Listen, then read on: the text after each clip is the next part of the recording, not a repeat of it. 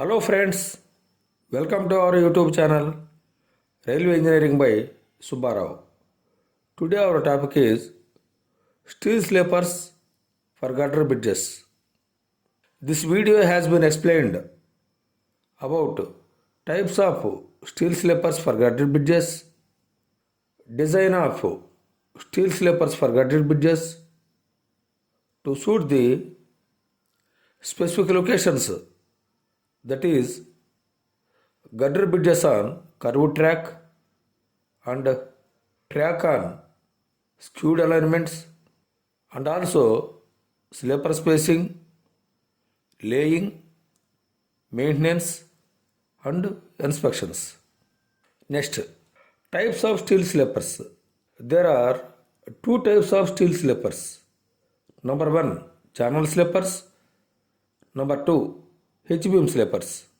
Channel sleepers are consists of two mild steel channels, that is ISMC 150 or ISMC 175, connected by T-shaped diaphragms and have one hook bolt at center of both ends of channels, and to have the conventional fastenings to hold the rail.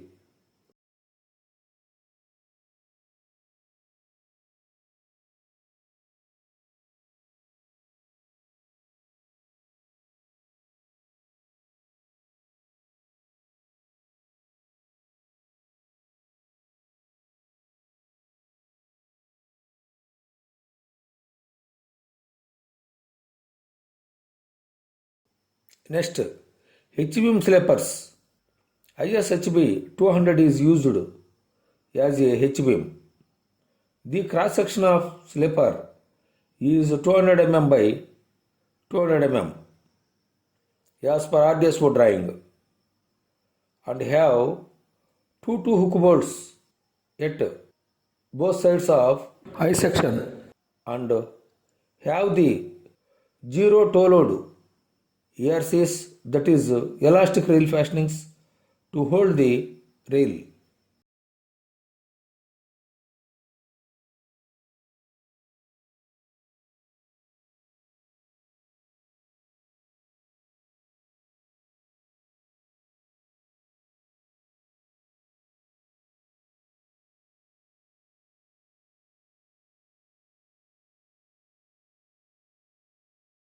Next, fabrication.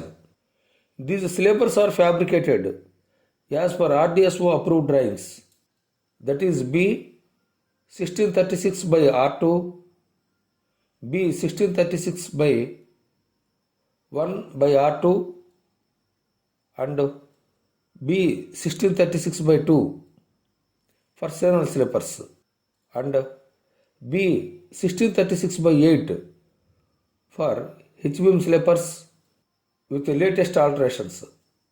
Next, number 2, fabrication and its protective coating should be in conformity with BS 45 issued by RDSO.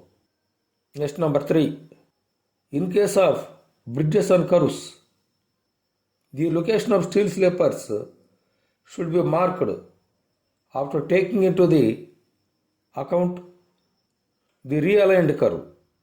In case transition curve lies on bridge fully or partially, the thickness of steel pad plate should take care of cant gradient. Next, sleeper spacing. Number 1, maximum center to center sleeper spacing should be 600 mm at all the locations on the bridge except at the cross gutter in open web gutters, where the spacing may be suitably increased depend upon the top flange width of the cross gutter. However, in case of width of top flange of cross gutter exceeds 450 mm, then special channel slipper to be provided as per applicable RDSO drawing for such situations.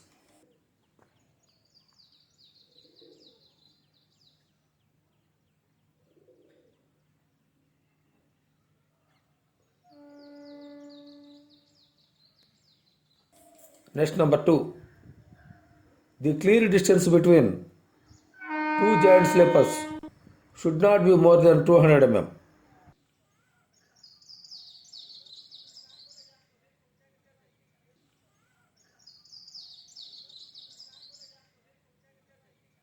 Next, laying of steel slippers on bridges, particularly in open line under traffic block.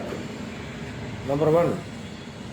Minimum level of supervision while laying of channel slippers shall be JEPA.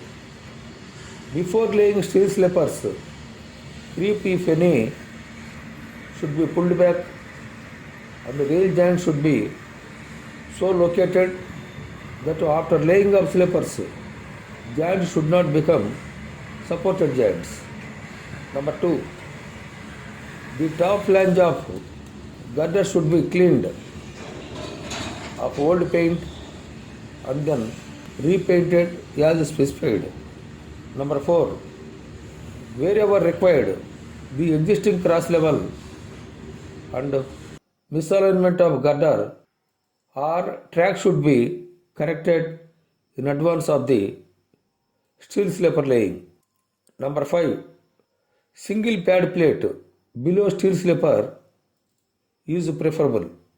Packing plates can be used only with pad plate to adjust the track parameters wherever required.